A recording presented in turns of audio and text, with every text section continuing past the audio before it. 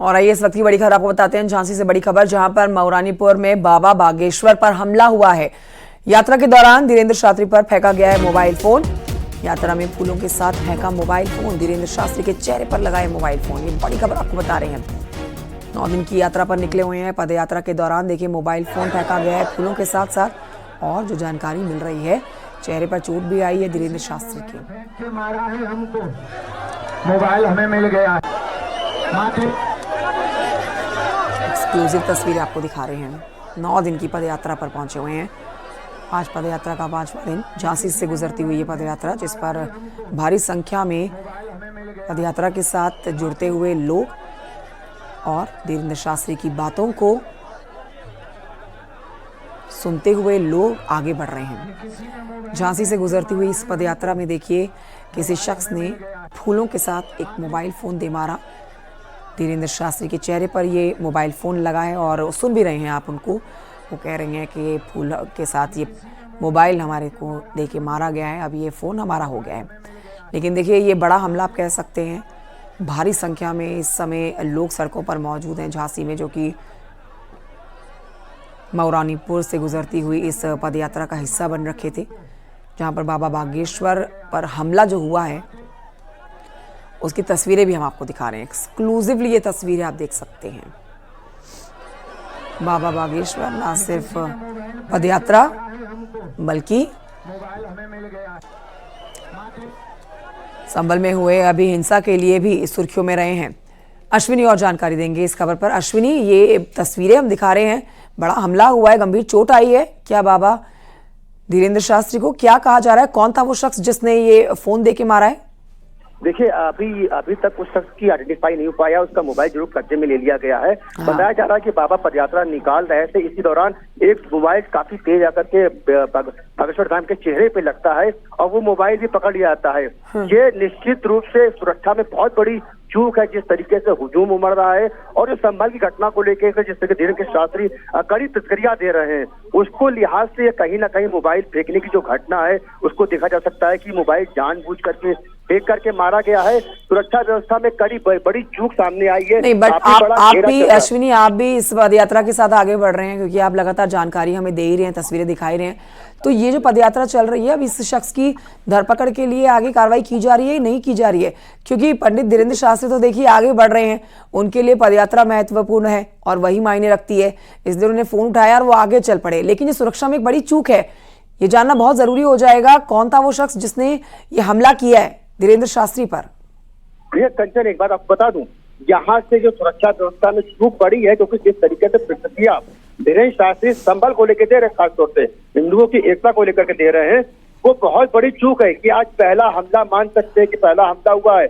आने वाले समय में इस तरीके से चूक बड़ी हो सकती है। इस तरीके से आने वाले समय में और मामले सामने आ सकते हैं, क्योंकि जिस तरीके से सुरक्षा व्यवस्था में आज चूक हुई है, आज मोबाइल फेंक आज जो मोबाइल फेंक करके मारा गया है, कल कुछ भी हो सकता है। तो कहीं ना कहीं सुरक्षा व्यवस्था कड़ी की जरूर जाएगी, ये पुलिस अधिकारियों का कहना है। अब उस शख्स की तलाश पुलिस अधिकारी कर रहे हैं कि वो शख्स कौन है, जिसने मोबाइल फेंक करके मारा है। लेकिन ये भी एक बात निकल के सामने आ रही है, कंचन, बताना जरूरी है कि फूलों के साथ मोबाइल भी धोखे से आ गया। ये बात भी बताई जा रही है पुलिस अधिकारियों के स्तर से कि एक शख्स ऐसा था जो फूल फेंक रहा था, उसका हाथ में था, वो भी चेहरे पे आकर के लगा। ये बात भी बताई जा रही है। हालांकि अभी जो पुलिस अधिकारी है कुछ भी खुलकर बोलने की स्थिति नहीं है। नहीं, गलती ये नहीं हो सकती है अश्विनी, इस बात को समझना पड़ेगा कि ये अगर कहा जाता है कि गलती से फूलों के साथ मोबाइल चला गया तो इसे गलती नहीं कहा जाएगा, क्योंकि फूल हल्के और मोबाइल फोन भारी। अब देखिए ऐसे में आप किसी के ऊपर फूल बरसा रहे हैं तो अपने मोबाइल फोन कैसे फेंक सकते हैं? ये तो जांच का विषय है। इसके ऊपर ये जानना बहुत जरूरी है कि आखिर वो कौन शख्स था जिसने इस तरह के घटनाक्रम को अंजाम दिया है। क्योंकि देखिए हम देख रहे हैं तस्वीरें कि धीरेन्द्र शास्त्री बिना किसी डर के, बिना किसी खौफ के लगातार पदयात्रा को आगे बढ़ा रहे हैं और ये पदयात्रा उनकी ओर विशाल होती जा रही है। बड़े चेहरे भी उनके साथ जुड़ रहे हैं। संजय दत्त उनके साथ देखे गए हैं, फिर अक्षरा सिंह भी उनके साथ मौजूद रही है। आज भी आपने जानकारी दी थी कि कुछ राजनेता, बड़े राजनेता उनके साथ इस पदयात्रा का हिस्सा बन सकते हैं, लेकिन उससे पहले उनके ऊपर अटैक कर दिया गया है। अश्विनी, यहाँ पर ये मैं मान सकता हूँ कि यहाँ पर ये हमले की स्थिति जरूर बन सकती है। मोबाइल देखा गया है, ये बात सही है। और जिस तरीके से कड़े बयान दे रहे हैं संभल घटना हो या हिंदू एकता के माध्यम से जो आह्वान कर रहे हैं हिंदू मजबूती को लेकर के, कहीं ना कहीं नागवार जरूर गुजर रहा होगा। जो कट्टरपंथी लोग हैं बाबा के बयान को नहीं हजम कर पा रहे होंगे, शायद उनमें से वो शख्स हो सकता है जिसने जानबूझ करके मोबाइल से मारा है। फिलहाल एक हमला हो सकता है, बाबा की सुरक्षा के साथ बड़ा खिलवाड़ है, बड़ी चूक है। यहाँ पर पुलिस प्रशासन को जवाब देना पड़ेगा कि आखिर इतनी पुलिस व्यवस्था होने के बावजूद गिरफ्तार कर लिया है। किस मामले में? ये सब चालें हैं। बांग्लादेश से में हिंदुओं को ख़त्म करना चाह रही वहाँ की सरकार। वहाँ के हिंदू बुजदिल हैं, उनको तुरंत एक होकर सड़कों पर आकर वहाँ विरोध करना चाहिए और उनको तुरंत छुड़वाना चाहिए। और इस प्रकार का कृत्य करने वाली सरकार को मुंह तोड़ जवाब देना चाहिए। बांग्लादेश की सरकार को गलत है। वहाँ के हिंदू अगर कायर ना हो, बुजदिल ना हो, हमारा वीडियो अगर उन तक पहुँचे, वहाँ के हिंदुओं को तुरंत एक होकर के अपनी ताकत दिखानी चाहिए, तभी काम चलेगा। इसीलिए तो हम इस देश के हिंदुओं को बचाने के लिए पद यात्रा कर रहे हैं। बांग्लादेश में ये हाल है तो उनके पास तो ऑप्शन है कि भारत के हिंदू हैं, पर भारत के हिंदुओं के पास कोई ऑप्शन नहीं है अगर इन पे हमले होंगे। जी, आपकी यात्रा है ये एक हिंदुओं को एक करने की है, इसके बाद अनुरोध यात्रा चलती रहेगी क्या? पूरे देश में चलती रहेगी, हम रुकेंगे नहीं जब तक हिंदू एक नहीं होगा। राष्ट्र में अपनी संस्कृति, हमको इस देश में 100 करोड़ हिंदुओं में 1 करोड़ हिंदू वो चाहिए जो कट्टर हिंदू हैं। हमारा जो प्रपोजल है, हम आने वाले 1000 वर्षों तक इस देश के सनातन की रक्षा के लिए कार्य करके जाएंगे, अगर हमको मात्र 1 करोड़ कट्टर हिंदू मिल गए तो। क्योंकि एक बागेश्वर बाबा से हिंदू नहीं बचना है, हमको 1 करोड़ बागेश्वर बाबा चाहिए, फिर इस देश का नया इतिहास हो। हमारे देश में जय हिंदू की कमी नहीं है। उनकी ठटनी बढ़ती रही, फिर बढ़ेगी। बाबा जी, एक आखिरी सवाल बाबा जी, कैसे हिंदू एक होंगे? जो अभी कर रहे, गांव-गांव जाएंगे, बिछड़े पिछड़े लोगों के पास जाएंगे तो हिंदू एक होंगे। Thank you. तो पदयात्रा एक तरफ और दूसरी तरफ बहुत ही मुखरता के साथ अपने हिंदुत्व के एजेंडे को आगे बढ़ाते हुए धीरेन्द्र शास्त्री की वो बातें जो चुभ जाती हैं लोगों को, क्योंकि बिना किसी डर के, बिना किसी खौफ के सीधे हिंदुत्व को बढ़ाने की और हिंदुत्व के एजेंडे की वो बात करते हैं। आज भी उन्होंने एक बड़ा स्टेटमेंट दिया अपनी पदयात्रा के दौरान। उन्होंने कहा कि हमको 1 करोड़ कट्टर हिंदू चाहिए। 1 करोड़ कट्टर हिंदू जब मिलेंगे तो ये धर्म, ये देश सुरक्षित हो जाएगा। अब इसी तरह की बातें जिसको लेकर कहा जा सकता है कि उनके ऊपर यह अटैक किया गया है। अश्विनी लगातार हमें जानकारी दे रहे हैं। अश्विनी, ताजा अपडेट क्या है? ताजा जानकारी दें। यह भी बताएं कि इस समय पदयात्रा कहां से गुजर रही है, कितनी भारी संख्या में वहां पर सुरक्षा बलों की तैनाती है, आम लोग यहां पर पदयात्रा का हिस्सा बन रहे हैं, और जिस शख्स ने हमला किया है उसके ऊपर क्या अपडेट है? Ashwini, over to you. देखिए अभी आप भीड़ की जानकारी जान लीजिए। भीड़ अपार भीड़ है, भारी भीड़ है, पैर रखने को कोई जगह नहीं मिल रही है। धीरेन्द्र शास्त्री की जो पदयात्रा है, आगे और पीछे कई किलोमीटर लंबी पदयात्रा चल रही है, हजारों की संख्या में भक्त चल रहे हैं। तो अब बात की है सुरक्षा व्यवस्था की, तो इस मामले के बाद सुरक्षा व्यवस्था और कड़ी कर दी गई है।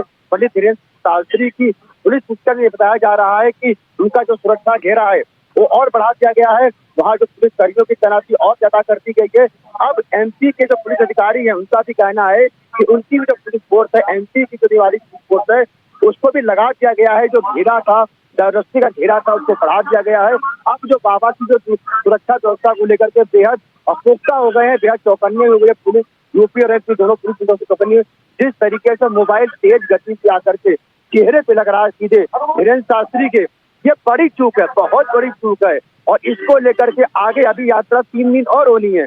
तो कहीं ना कहीं ये एक बड़े मामले के तौर पर देखा जा सकता है कि आखिर इतना बड़ा मोबाइल आके चेहरे पे लग गया और वो शख्स अभी आइडेंटिफाई नहीं हो पाया, उससे पूछताछ नहीं हो पाई है कि आखिर उस व्यक्ति ने ऐसा किया क्यों।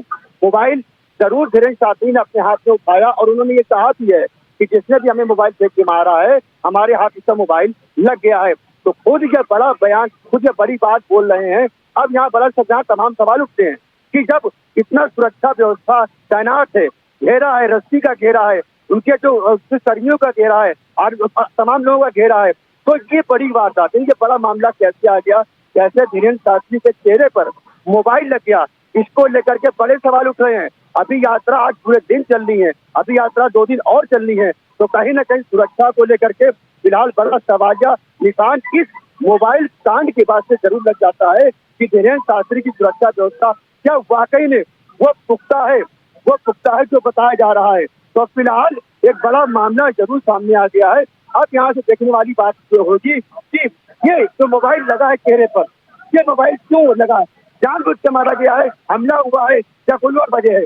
पुलिस अधिकारी अब तक इसमें कुछ बोल नहीं रहे हैं, कुछ बता नहीं रहे हैं। आखिर बताया करके कि सुरक्षा में चूक हुई कैसे, किसने ऐसा जानबूझ के क्या, ये जानबूझ कर तो नहीं हो सकता है। फूलों का भी काफी हल्का होता है, मोबाइल भारी होता है, तो फूल के साथ अगर मोबाइल से आ रहा है, देख पता जा रहा है, तो इसे मान लिया जाएगा। लेकिन अश्विनी एक बात तो साफ है कि जो भी ये शख्स होगा जिसने ये हमला किया है, इसने बहुत नजदीक से हमला किया है, ये कहीं साथ में ही चल रहा था, क्योंकि हम देख सकते हैं कि अगर कोई फोन फेंकेगा तो एकदम सटीक चेहरे पर जाकर लगना, यानी कि दोनों के बीच में दूरी कम रही होगी। बिल्कुल, देखिए बता दूं, फूलों की आड़ में मोबाइल फेंक के मारा जा सकता है, ये संभावना है, ये बिल्कुल संभावना है कि अगर किसी को हमला भी मान ले तो फूलों बिल्कुल। और यही चिंता वाली बात है कि फूलों की आड़ में ना सिर्फ मोबाइल बल्कि और भी कुछ हाथ में लेकर अटैक किया जा सकता है, इसीलिए सुरक्षा में इसको एक बड़ी चूक कहा जा रहा है। कौन है ये शख्स जिसने धीरेन्द्र शास्त्री के ऊपर अटैक किया है, अब इसके ऊपर देखिए इस